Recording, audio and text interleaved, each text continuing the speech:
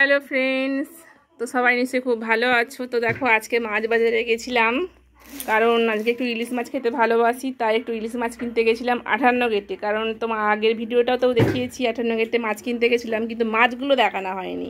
তো দেখো ওখানে একদম নদীর টাটকা ইলিশ ধরা। এ দেখো টাটকা ইলিশ কেরম গা চকচক করছে, তোমরা শুধু দেখে নাও। এটাই হচ্ছে নদীর টাটকা ইলিশ, এখনো বরফ পর্যন্ত পড়েনি।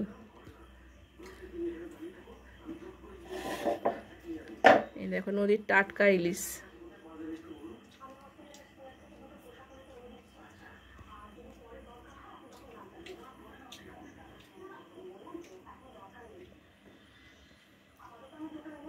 ইলিশ তো আমরা সবাই খাই, এখানে বরফের ইলিশ খাই, কিন্তু টাটকা ইলিশ তো পাই না আমাদের এখান থেকে প্রায় অনেকটা দূরে 58 গেটে।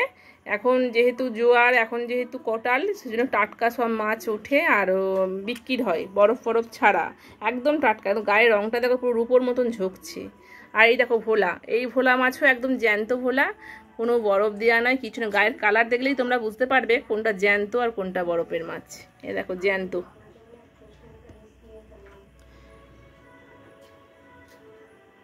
আগের বারের ভিডিওটায় আমি মাছটা দেখাতে পারিনি, মাছ বাজারটা দেখিয়েছিলাম, তাই জন্য তোমার দিকে দেখিয়ে দিলাম। আজকে আমি এই আসলাম। Hello, good morning. দেখ আজকে মা গেড়ি তুলছে, দেখি কি করছে।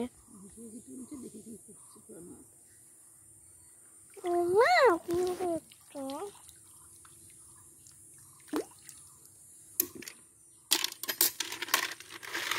দেখো ফ্রেন্ডস, গেঁড়ি তুলেছি, কত গেঁড়ি, এত গেঁড়ি তুলেছি কারণ খুব বড় বড় গেঁড়ি আমাদের পুকুরে। আমি পুরো এই 3টে ধাপে লেবে লেবে গেঁড়িটাকে তুলছি। আবার কেটে দেবো, আবার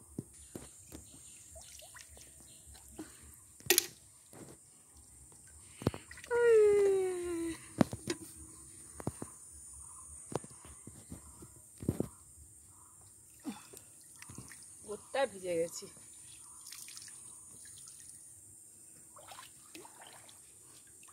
তো দেখো এতগুলোই গেঁড়ি পেয়েছি, এগুলোই গেঁড়ি পেয়েছি। এগুলোকে সেদ্ধ করে ছাড়াবো, কেটে দেবো। ছাড় করে দিন।